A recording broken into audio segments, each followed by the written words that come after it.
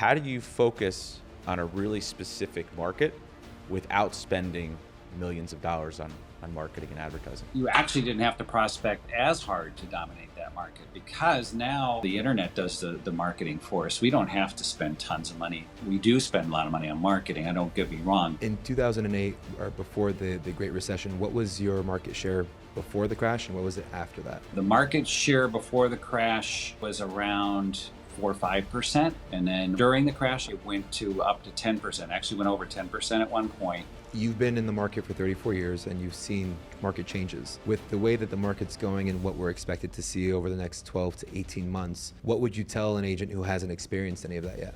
There's a lot there. I mean, it's not one thing, but you better have your skills down, your skills right, because you're going to need them. So this is not the market for the person that was just jumping in and playing around. This is a market for people that are willing to roll up their sleeves and work. World-class lessons from the real estate industry's top 1%, empowering agents to think bigger and do more to create life by design. You get access to exclusive interviews with top producing real estate professionals. Listen in as we talk about their journey in the business, best practices, and lessons learned. Hosted by Kiro Nasrallah and John Scipione. I mean, one thing that we always say in our office is just action is better than perfection, right? This is Light It Up with Lighthouse Residential. Welcome back to another episode of Light It Up Podcast. Today's guest is an absolute savage legend in Cape Coral, Florida. Not only has he closed over 360 transactions in 2021, but total volume and sales was over 150 million sold and closed. Welcome, Mr. Mike Darda. Thank you guys for having me. Absolutely. Of course, thanks so much for being here. Yeah, we always try to bring value to our viewers, and you were an easy choice to pick, and I'm so happy that you made the time and you're with us today. Very cool. Awesome. Let's jump right into it. So, Mike, we know you through the MFO system. You're an absolute legend in the Mike Ferry organization. I remember seeing you on stage as an independent agent, and you've been in the business for quite a while, right? Yeah, this is our 34th year. 34 years, wow. I've been in the business for 10 years, and it's been a very interesting roller coaster ride, for sure. It feels like it went by in 10 years, though. I tell you, it's going fast. But yeah. It's been a fun ride, and as long as we keep learning and growing, it doesn't matter whether it's 10 years or 34 years, right? As long as we're always striving to do better and grow our business. So I'm really having fun. Absolutely. I think for some viewers who are hearing this and they hear 366 transactions, and knowing where you came from, I think could share some value to understand how you started and how that was getting to that point. So typical. Started as I was like 19 or 20, I think. I barely made the legal cutoff to get a real estate license, and didn't know what to do with my life. And some relative said, "Hey, your uncle sold his house. The real estate agent made a fortune." So a lot of thought went into that decision, right? Oh, okay. So I go get my license and jumped in with. I didn't know anything about franchises, who to go with, picking what market. None of that stuff was present. It was just like, all right, let's go to work, right? So I actually had a little bit of a lucky break right from the start, mindset wise, and that is I joined a really tiny independent, which normally is not what you want to do, but this independent hired like a sales trainer to come in. Can't even remember their name. I was just a real small guy that went around, and but he did something really interesting in a group of like maybe 20 attendees in this small town seminar, right? He said to the group, "Hey, does anyone here drive a Mercedes?" Someone raises their hand, and he goes, "Do you mind just passing the keys up here for a minute?" So they pass the keys up, and anybody here in this room have a $100 bill? And someone passes up a $100 bill, and he goes, "Any of you ladies have like a really nice diamond ring?" And so some lady passes up this really big rock that was on her finger, and he goes, "I want you guys to observe what I have in my hands right now. I have keys to a new Mercedes. I got a $100 bill, and I've got a diamond ring. And what did I do to get it?" Asked for it. All you did is ask. And I was like, you know what? If that's all I got to do, I'm good. So that was it, man. I got launched on my sales career, and got in the office. I then had a second good fortunate event that set me on the right path, and that was I took a buyer out in my car, and that was miserable, right? I spent like 3 weeks, sold this guy a house for it's like a $52,000 house, VA. And then the guy wanted to back out, and there was all kinds of inspection issues. And thank God there was a veteran on the other side that kept the deal together. But when I was done and I saw that check, I'm like, wow, this is a lot of work for that money, and I'm in the wrong business. So I was starting to question myself, and I happened to be back then you had floor duty, right? So I was on floor duty, the only one in the office on a Saturday. The phone rings. Some attorney from out of state. Hey, you guys sell in the Cape Coral area, right? Yeah. I'm like, yeah. Well, we got 3 houses for this estate we need to sell. Can you help us? I'm like, sure. He goes, well, I need you to send me, what do you call it, an appraisal. He goes, I need an appraisal on these 3 houses. No problem. I'll do it, right? Went through the form drawer. I find a certified appraisal form, like appraisers really use. And I go through I filled that thing out, didn't know what I was doing. Ended up getting 3 luxury properties. I accidentally, because I was so new, underpriced them, not too much, but a little bit. And of course, all 3 of them sold in 4 days, And I'm like, now that's how you make money in this business with listings. And off we went, met Mike Ferry, and kept growing from there. Wow. So, wow. Okay. So those are probably the 3 easiest listings you took, right? Yeah, right. No, right? How do I get more of those, right? Yeah. So how did you end up getting involved in MFO? Was it somebody that was in your marketplace that took you to an event, or? Well, it was another pivotal moment in my career. I was probably, I don't know, maybe I'm trying to think, maybe 7 or 8 years in the business at that point, and I was number 1 agent in my town. I was following another sales trainer at that time, not like going to seminars, but just listening to, back then tapes, CDs, that kind of stuff. And I was spending so much money on marketing. I was number 1 guy in my town, but I was spending almost 60% was my expenses. It was crazy for an individual agent. And then I was and at that time I was living in a duplex. I owned it. I lived in one side of the area, and I'm like, wait a minute, I'm the number 1 guy in this business in this town, and I'm living in a duplex, and this ain't working, right? So they wanted to take me to some big hotel out of town for some awards thing. I was with Century 21 at the time. In my mind, I'm like, I'm getting out of this business, but I'll go to this one next thing. It's a nice hotel. So I go there, and I end up meeting another agent from a different market that was one of Mike Ferry's, the people he would have on stage back at that time. And her name was Mary Kay Cottage. And so me and a few people were just, hanging around the pool, the hot tub, and talking. And I'm like, yeah, I don't know if I'm going to be here next year when you have this thing. And he goes, well, you need to talk to Mary Kay. You need to talk to her. So I talked to her, and she's like, you got to go see Mike Ferry. And then that's the next thing I did. I went to the very next, 2 weeks later, to the next Mike Ferry event I can go to. Literally signed up for coaching at that event.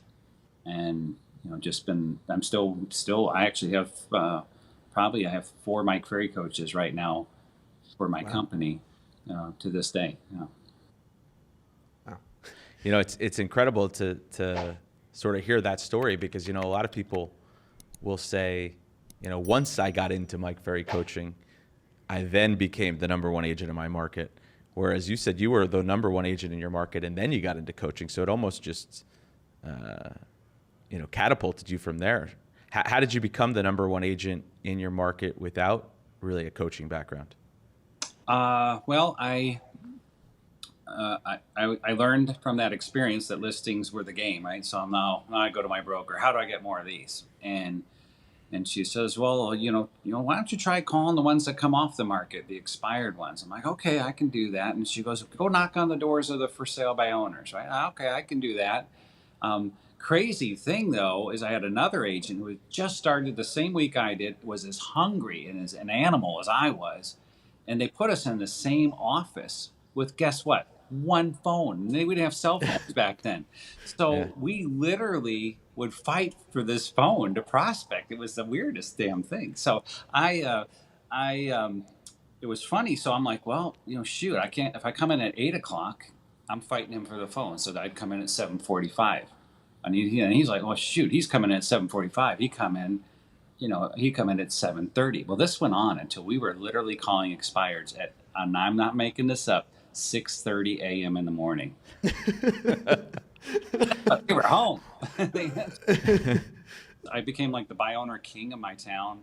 I was after every buy owner like a bulldog, and then I actually got up before I met Mike Ferry. I was carrying over 100 listings. So when I signed up for my first coach, who is Tim Wood, and Tim's like, dude, you do not need to take any more listings. Just stop. He goes, let's get all the ones you got sold. And that's when I learned all about price reductions and working past clients and all that kind of stuff. So I ended up increasing my business by 20% my first year with coaching. But the best part is I knocked my expenses down from 60% to 25%. So the profit swing was huge. Yeah. And what's funny is we don't do this intentionally, but I feel like sometimes this show becomes like a commercial or a advertisement for MFO. But it's just sort of who we tend to interview a lot of people that we've always surrounded ourselves with. And I think that's the beautiful thing about the MFO program is that not only teaches you to take listings and all the actions you need to do to take those listings, but it teaches you to be profitable, right? Mm-hmm. Right. There's plenty of other coaching programs out there that will teach you to do all these things, but it requires you to have some capital and spend a lot of money and do things to market yourself and buy leads and such. But Mike teaches you sort of the old-fashioned way, right? But it's 100% profitable. Yeah. That's incredible. It reminds me of how hard it is today to find people who will actually be as hungry to get on the phone. I feel like they'd be like, here, take the phone. No, I don't want to make any calls right now. So how do you go from being extremely hungry and making those calls from almost by accident to now purposeful to trying to motivate other team members to do the same? Well, a lot of it is by example, because they do see that it works and the success that it brings. So that makes it easier, because I'm still in production.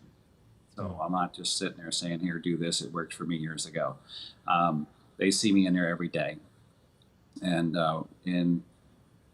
so we just take all those lessons we've learned over the years from, our coaches, right, that we've had. And I'm sure you're probably different than me. You probably did everything your coach told you the first time they told you to do it, right?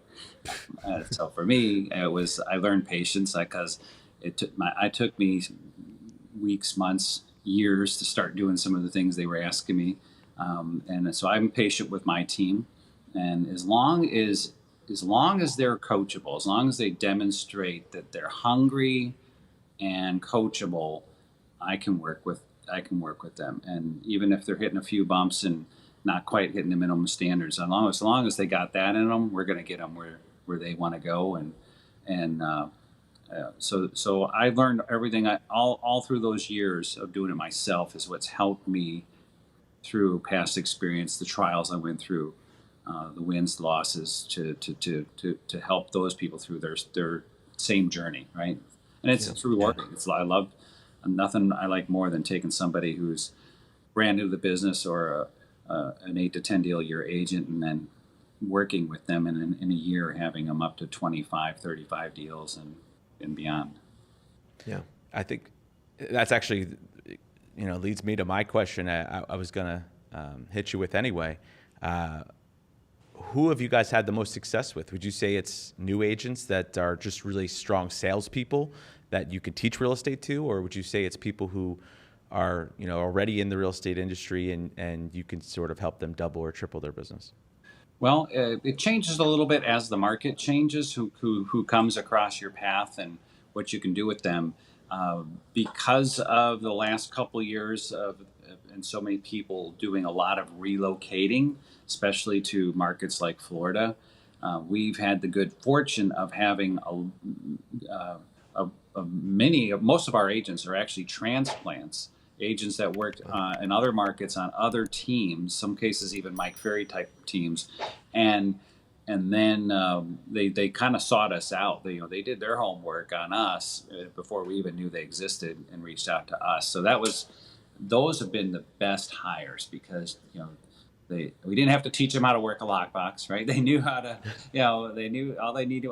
It was pretty much plug and play. They were ready to go. They were hungry. They had no center of influence in our market. They had no affiliation with anybody. So in fact, we were able to provide them leads, was the huge draw for them. And they knew that it's funny how many people looked at the length of our career as a reason that to join our company, because I had more than one recruit say, hey, one of the reasons I reached out to you is I saw that you consistently did, big volumes of business all through the crash and beyond. And, so we knew you can take whatever, you were prepared for whatever's next. Yeah. Sure. I'm going to ask a question that goes off track a little bit, but you've been in the market for 34 years and you've seen market changes.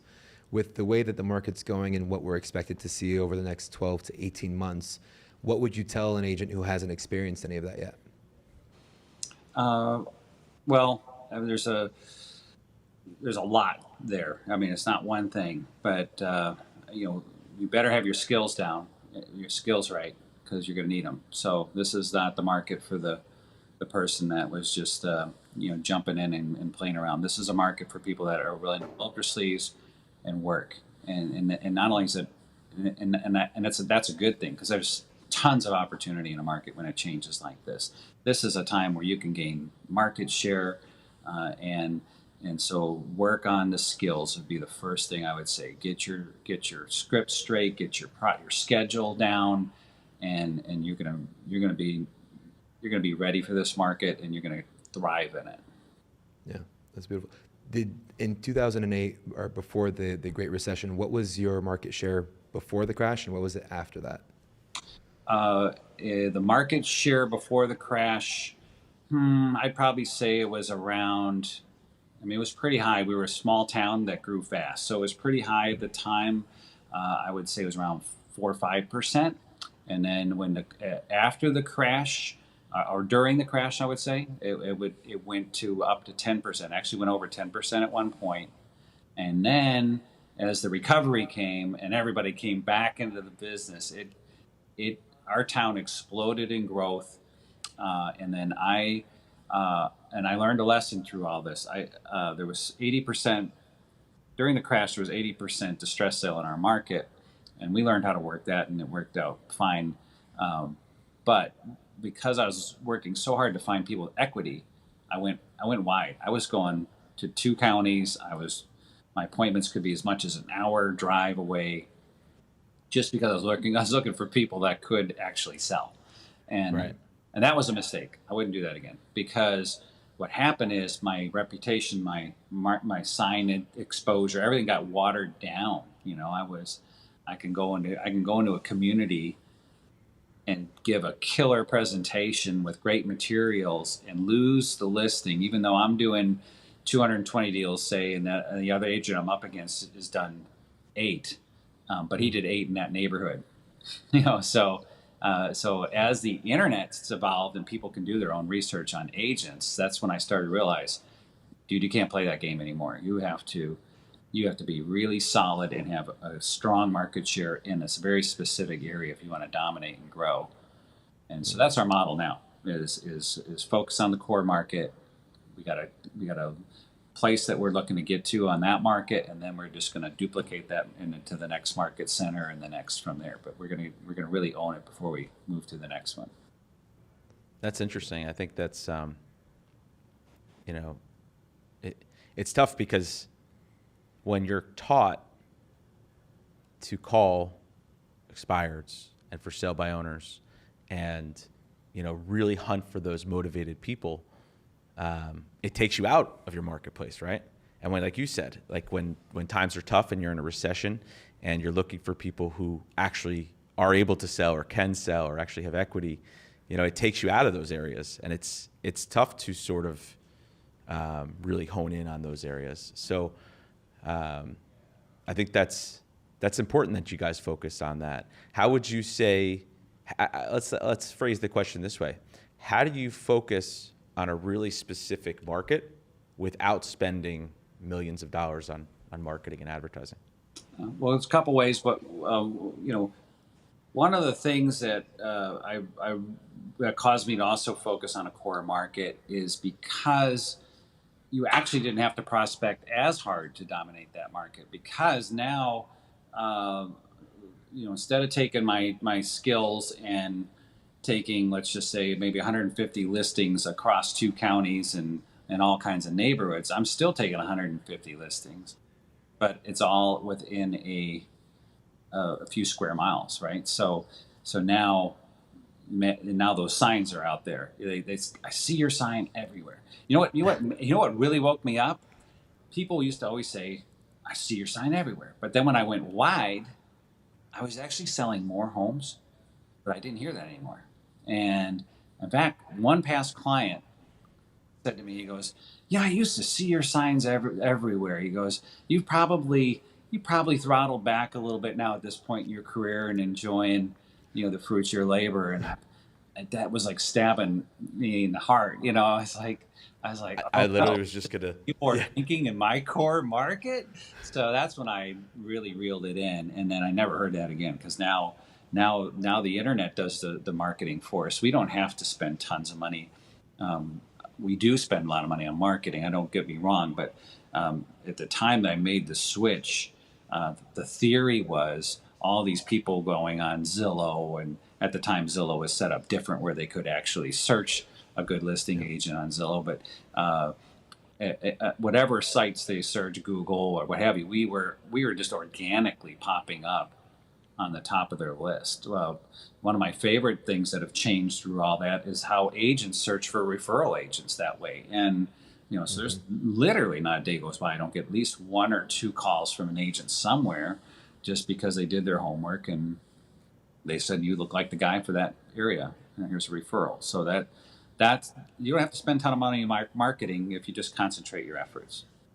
Yeah. I think that's really, you certainly got me spinning there, because I think I had a similar story where with social media. I had a past client of mine, a buddy I went to high school with. He came up to me and he said, hey, is everything all right? And I said, of course, everything's great. We're probably having one of our best years in my career. And he said, okay, I was just a little bit worried about you. I said, well, what do you mean? He said, I don't see you doing a lot on social media, and I see all these other agents out there, I'm over here in this town, and this is my new listing. And I think from his perspective, it was, unless I'm telling people about my every move on social media, I must not be that busy. And it was a similar moment to me where I'm like, oh my gosh, that's what people think, just because, like you said, like they're not seeing your signs. Mm-hmm. So it's crazy that's the people's perception. Like you said, you were doing more deals, you were just spread out. Yeah. So I think it comes back to just really being top of mind to people, whatever you need to do to do that, whether it's signs or social media or a mix of both. Yeah. What's very clear for me is the fact that for us, necessity is the mother of creation. We went from COVID, coming up, and we're in a very urban market right across from Manhattan, went from being super busy to crickets. So, with the sales skills that we have, we were able to start making calls in other counties in the suburbs and start doing business right away, not having that big dip. But the problem is that we didn't adapt, or we still haven't adapted back to that niche. So that's actually a really good lesson there, and I'm thankful that you shared that, because we are very wide. You can go from a 45-minute drive one direction to an hour one direction, and you do lose listings to someone who's sold maybe the neighbor's house, but that's their only sale ever, in comparison to you making a great presentation in person, which leads me to say. So you said you're really only like 2 or 3, 4 square miles is your main focus? Our town is actually pretty big. It's 101 square miles is our core market, but a lot of quite a bit of it might be more rural. So, yeah, so we're our market's growing pretty quick. I started here when I started business. There was like less than 70,000 people. Now it's a little over 200,000, and and our volume is up, but our market share percentage has dropped. It did pop up like at the peak of the pandemic when everything was in lockdown. We didn't lock down at all at our office too much, so we ended up getting up to 12% market share during that whole deal. Beautiful. And that was a lesson in itself, because the reason we didn't even miss a beat is because we're used to a little bit of shock, because we're in Hurricane Alley kind of. So, hurricanes would come through, and if it was a bad one, direct hit, it kind of you had the same effect where everything shuts down for like a month and a half, and everyone's wondering what to do. Where we just kept trucking along. I mean, we just learned you'd never stop picking up the phone and calling, because no matter what happens in the world, earthquake, fire, hurricane, pandemic, everyone's experiencing it in a different way. And, and you can't be afraid to keep calm, because, you're going to run into those people that, because of whatever happened, they need to move, or they still want to move and nothing happened to their house. The neighbors may have burned down, but, or a tornado took it out, but their house is just fine. And yeah, I want to sell, so it just became a game of finding those people and putting the ones that weren't ready yet, because they were fixing stuff in a database to follow up on later. Right. So keep trucking. That's where you get your market share from. Yeah. Well, Mike, at what point did you start building a team? Because I think one thing to make a note of is that your team is really a family business too. Mm-hmm. So I don't want to say, was your wife your first hire, but who was your first hire, and at what point did you say, I'm going to start? Be careful when you hire wives, because they have turnover as well when you work with them. My wife's worked with me for only 3 or 4 years right now, and I've learned, she does her thing. We don't count her in our numbers. She's in the office, but I would definitely want it. When you work with your spouse, you got to be like, okay, they're going to do their thing, and let them do that thing. And I don't ever try to coach her or anything like that. But so that keeps happiness. And my son, on the other hand, was super hungry to work with us. So he just, he saw this as something he wanted to do. He's still excited about it as he was day one. And so that's been a great ride there. We did that kind of as a boutique operation for a good 20 years. And then, is how I kind of ran myself, like an independent agent, but then new family members involved. Then, we started seeing the team building thing happen. And we learned a lot. I mean, we made so many big mistakes. It was crazy. I remember when we first started, we're like, okay, we need a big office. So we got this giant office. We started hiring anybody and everybody. And then we were like, oh my gosh, managing all these people, this is crazy. So then we hired someone to manage it. Of course, we didn't know anything about culture and culture fit. So, I had this one lady that we hired as a manager, and it just, it was like it's like rolling a bowling ball through the office, and all the agents were the pins. I mean, it was like I had an explosion on my hands, and then I'm like, forget this team stuff. This is not working, right? So I got rid of everybody, every agent, every manager. I just kept my admin team and went back to my roots. And but I still had this feeling like I got to do this. I just didn't do it right. So I kind of sat on that for a couple years and watch these people that we all know grow and be successful. But then I realized, what? This market's changing in a way where the teams are the future. And if I don't do it now, someone else in my marketplace will. So I'd rather be the early adopter and go and be the dominant one, get the first player advantage and get out there ahead of it. So that's what I started to do. And then from my mistakes in the past, I learned, don't do it alone. You've got to connect with people like ourselves here to see what other people are doing, not only so you don't repeat the mistakes that they've already learned those lessons and they're thrilled to share them with you, but it's evolved so quick, right? There's so many new things coming out, and even when I first started developing, I only started building our team 18 months ago. So it's all new. It's still a little new to me. I'm still learning a ton. But when I first started building 18 months ago, even though I had help, I was still burning through a lot of money because I try this. Oh, someone says do that, so I do that, and then I would throw tens of thousands of dollars away on something just to pull the plug on it 4 or 6 months later, because all of a sudden everyone else was figuring out the same thing. No, that wasn't the new greatest magic pill. So now I progress on these things a lot slower, more methodical, do more research, and watching the bottom line a lot more carefully.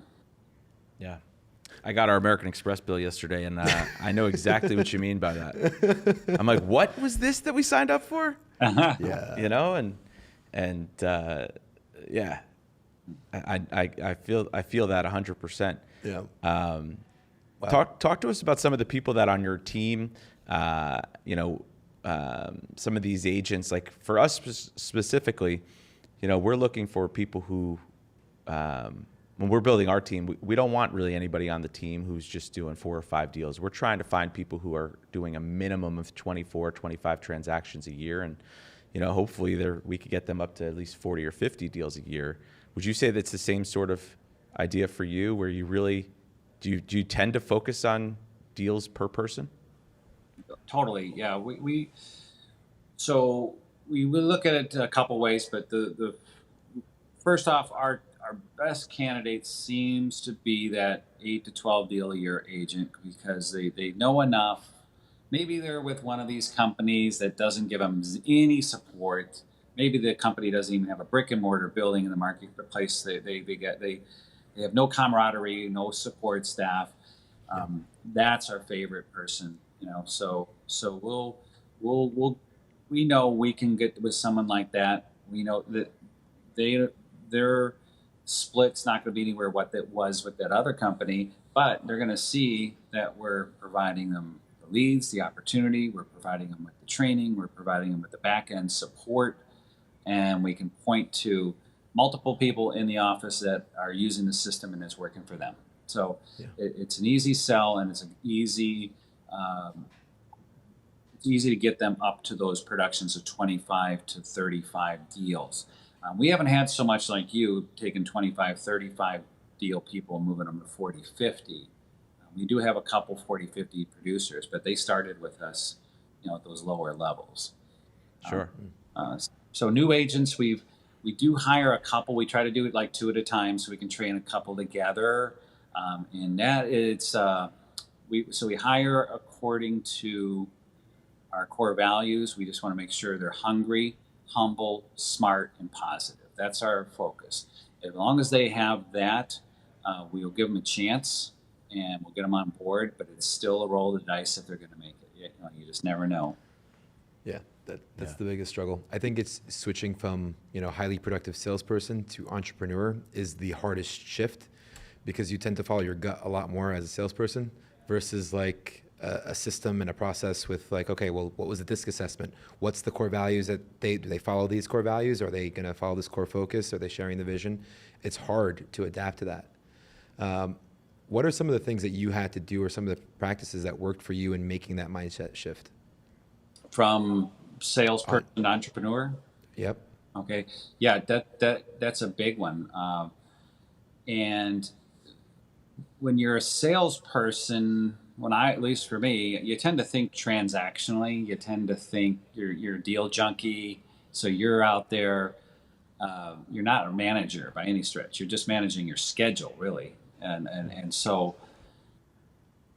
what you can get away with when you think like that is you can get away with, oh gosh, I got all these listings. I need to hire someone to take care of processing these listings. So you go hire somebody and you throw a bunch of files on their desk and say, deal with that. And then, like, oh man, I got all these pendings. This is throwing me off schedule. So you hire a TC, right? And and the TC's doing their thing, and the listing manager's doing their thing. And gosh, you know what? We really need some more coverage around here. People are walking in the front door, so you hire a receptionist. Anyway, you get all these different positions, but there's no thought to scale. There's no thought. Everyone, you have a person that, God forbid, quits, and they're like, everything was in their head, or they got these programs they're operating off of, and the listing manager's got these different programs. So so that's what I learned a lot of, is about how to hire to culture and create systems at scale. I learned what I'm terrible at is I'm terrible at being in production and growing a team at the same time.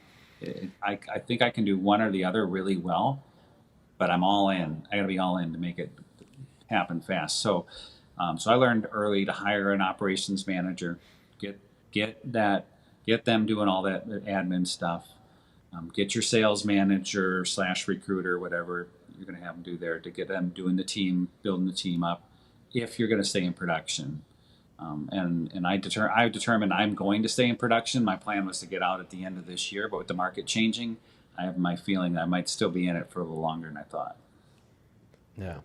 Wow. Well, I think you hit a lot of points there. A lot of this is relatable to our growing pains, to the point where we're just looking at each other just like, yeah. Well, it's funny because sometimes this show, I'm like, there's opportunities for us to turn it into like a therapy session where I'm like, shit, man, I'm with you.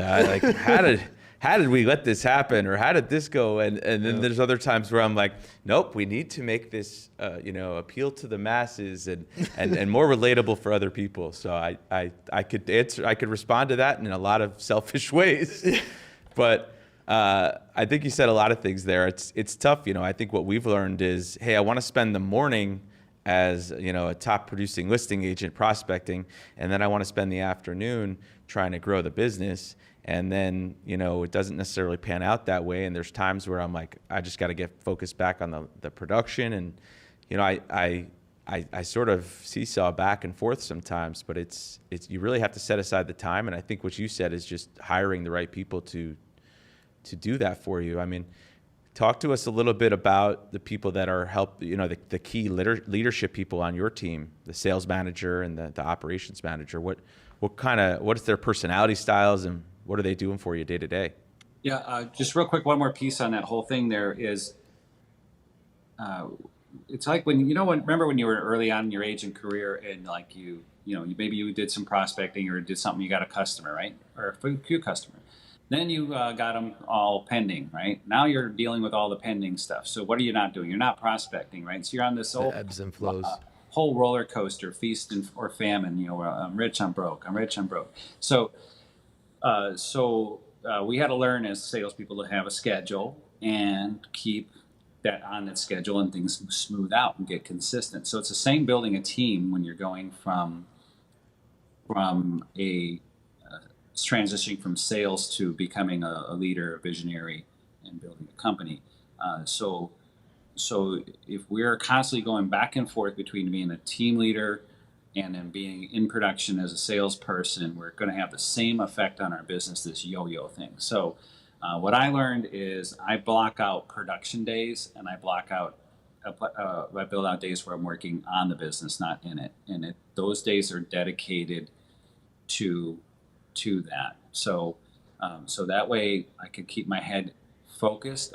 My schedule set up that way. Everyone knows, okay, well, we set an appointment for Mike. Well, we know Mike only takes appointments on these days. And, or somebody has, okay, so our rep with this vendor or this new thing we have to do a Zoom call on, all that stuff scheduled on very specific days that are working on the business days.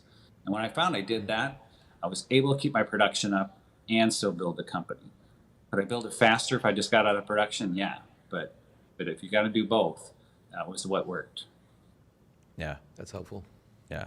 So I'm now 4 days a week in production, and I'm honestly one full day, 100% on building the company, and then I'm probably another half a day to a full day just working on the thinking part of it, right? The mindset thing, where you're not in the office, but you're still working.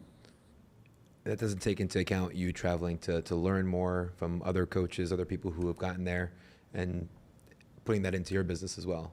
Yeah, and that's not work. That's fun.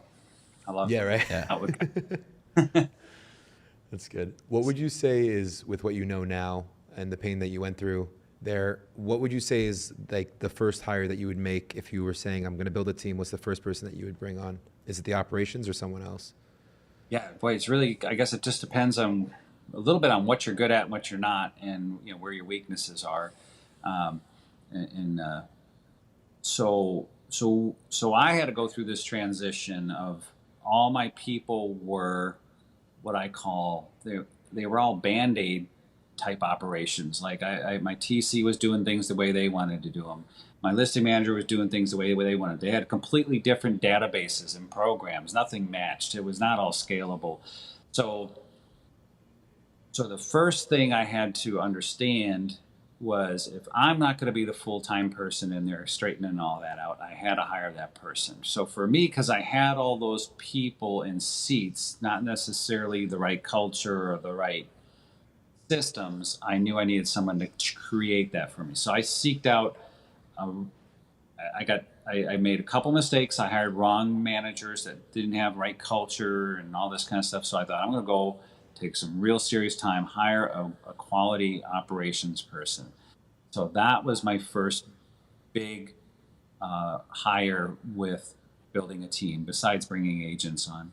And then once I got that person, then they took over the roles of getting the right culture fit, the right butts and seats.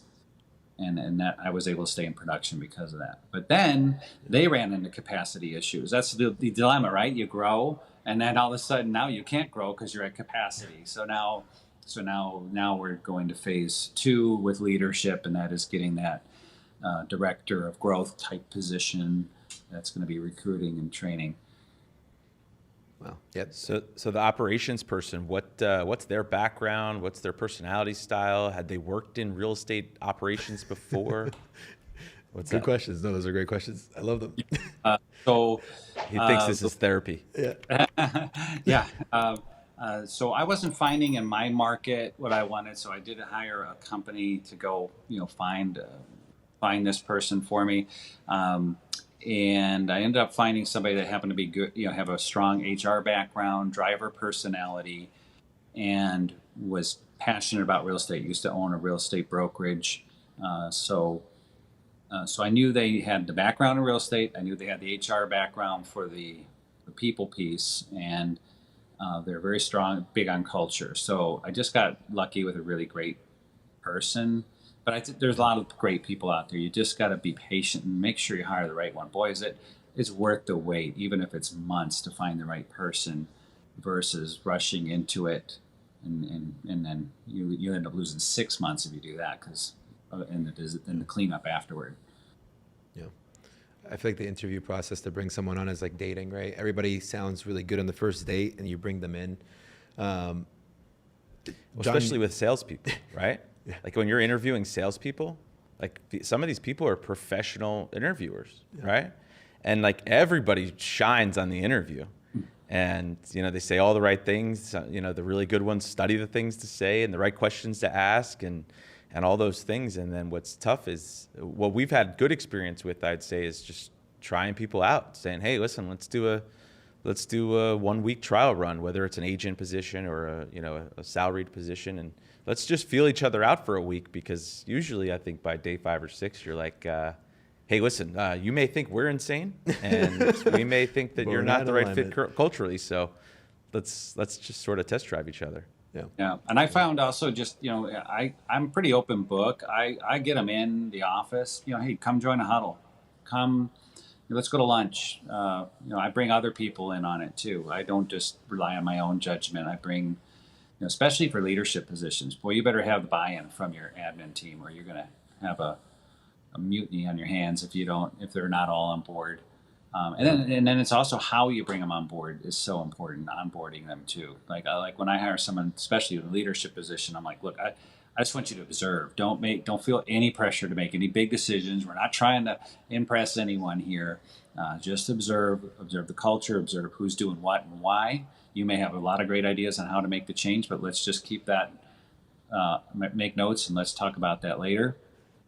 And then, I make sure all the other people interview them as well, so it goes both ways. They feel like, okay, can I work with this people that are on the team now? The new hire is thinking that, and the other people are thinking, can we integrate this new hire, right? And so once everybody's bought in, then we take that slow ramp up, and then after about a month, then we're like, okay, now we can start having that person own that role and start making measured, slow changes. And I found a really cool way to start is make sure that make the first changes ones that your team has been wanting you to do forever, but you just never did it. Because when you give the power to your new hire to make that change, they're going to be a hero with everybody else just automatically. Yeah. Can you give us an example of that? Yeah. I mean, let's just say, I'm just making this up, but let's just say the team wanted maybe some kind of benefit, like paid birthdays off, or or an extra week of vacation if you've been here this long, or something like that. Or maybe like the new trend that there's no unlimited PTO, right? So when they institute a change like that your team's been, you kind of know they want it, and you've been just delaying because you're too busy. You let them have a power of saying, okay, guys, I'm here, and this is the first thing we're going to change right away is this. And everyone's like, yes, that's great. We've been trying to get you guys to do that forever. Finally, we got someone here that understands us and knows what they're doing, and now they're going to just follow that lead. Yeah, that's a good example. Unfortunately, we're going to have to edit that unlimited PTO thing out. Yeah. Can't get that too widespread. Yeah. Not if you hire to your culture fit. If they're a culture fit, no, you're right. Not going to abuse that. In fact, a lot of times you offer unlimited PTO with the right culture fit, they'll actually take less time off than if you have it say, okay, you got 3 weeks vacation paid. They're going to take every day, it. But if they have unlimited, it's kind of funny. I find that they'll do like 3 and 4 day weekends. And when I did paid weekend, when I gave 3 weeks vacation before, I found that they would like lump them together with holidays, right? Even though we had like this 1 week policy, they lump them together. So it's like 13 days and it wasn't 14 days. So like a 2 week, I'm like, oh, of course, when they're gone, who's working, right? We are, of course, we're man down.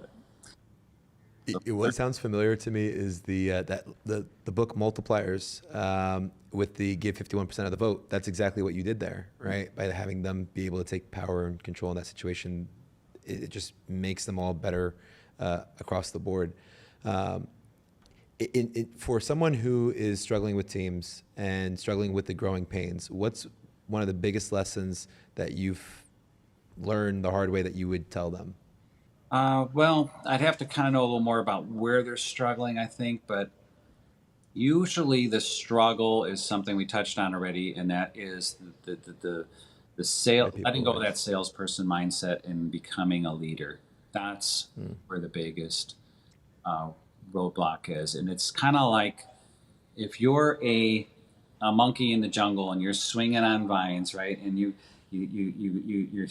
holding on to the vine, you swing to the next one. What do you got to do to grab the other one? You got to let go of the one you were on, right? And at some point in that transition, you've got to let go of being in production. And I think a lot of people do that too soon, and their incomes take a hit. They spend a couple $100,000 trying to put a team together, and only to crash. So you got to know when to do it and set yourself up to do it. So the best way to do that is by getting the right people, like we talked about, and then picking a date in the future and saying, okay, when we get replace my production with this much net profit from the team, then I can now get out of production safely, and now we can really grow this thing. Yeah. Selfishly, this is probably like my favorite episode for us, because so much of it we can relate to, and so much of what you said I feel like is things that we're now going through and feeling the pain of. So it's definitely nice to feel like it's normal and that we're not just like wrong. It's interesting. It's like, when I first started trying to recruit other agents, I would go, I'd sit down with them with no real presentation, no real like talk track, like no real set. Like I didn't say to myself, hey, I want to make sure I hit all these points and close. And I would leave sort of like recruiting meetings or interviews or whatever, and just sort of casual. And I'd find out that the agent joined another team, and I'm like, wait a second. And then it sort of was that feeling where you were like initially like losing some listing appointments. And you're like, wait a second, this is actually, my competitive nature would come out, and I'd say, all right, I need to look at this as sort of like a listing opportunity. I need to go there. I need to pre-qualify. I need to have a formal presentation. I need to actually close at the end of the appointment. And if I don't get it signed, then I better have great follow-up. And it was just interesting, I think, when the light bulb went off and I was like, holy shit, I can't just wing this. Like, I have to actually treat it like I'm, like I did when I was working on listings. Yeah. Totally. Yeah. We're like that too. When we hire before, like that in between, when you've interviewed them, you're like, yeah, I really like that person. And so we've learned that whole courtship thing. I mean, we actually, between me and our operations manager, maybe even some of our other team members, I'm like, reach out to this person, tell them how excited you are they're coming on board. And we're texting, calling, we don't let a day or two go by without touching base with them, letting them know we're engaged. Yeah. And then, and that doesn't stop, by the way, when you hire them, because, you now have to keep them engaged. So the first, you got to do a lot of check-ins and ask a lot of questions, make sure that they're not just smiling and saying, yeah, this is great, I love it here, in here, what's working for you? Yeah. And I'm noticing all the similarities too, right? It's like you were referencing before, you could take all these listings, but if you don't have a strong listing manager to make sure that they go to the next step of the process and actually get on the market and get shown and stuff, then you have a whole nother set of problems, right? So you could go out and recruit all these people, but if you don't have any sort of onboarding system or way to train them and make them successful and have that buy-in, then there's a lot of similarities, right? Like then you have another set of problems. Mm-hmm. So it's making sure you have the right structures and SOPs and processes and so it's definitely a big learning curve. Yeah, this is definitely one that I'm going to be watching over and over again. And Mike, for anybody who wants to reach out to you in the, I keep forgetting the city. Cape Coral. There you go. I was going to say Coral Gables. No, if Cape Coral. Anybody wants to reach out to you, connect with you, what's the best way for them to do so? So we service Cape Coral, Florida, and Fort Myers, Florida. Those are our primary markets, and that is the southern west coast of Florida. So you can reach out to us, and the email is Mike Darda, real simple, Mike Darda @gmail.com. And that's DARDA, or you can, just shoot me a message here. My number's 239-851-6494. Awesome. That's fantastic. Well, we really appreciate you spending some time with us today. I think people will find this very, very beneficial, especially people who are, venturing into building a team or even just, top individual agents. I think a lot of people will certainly find it helpful. So we really appreciate your time and let us know if there's anything that we could do for you. Okay, awesome. Thanks for having me. You guys are great. Love learning and growing with you. Thanks, Awesome. Mike. Awesome. Thank you so much, Mike. Bye-bye.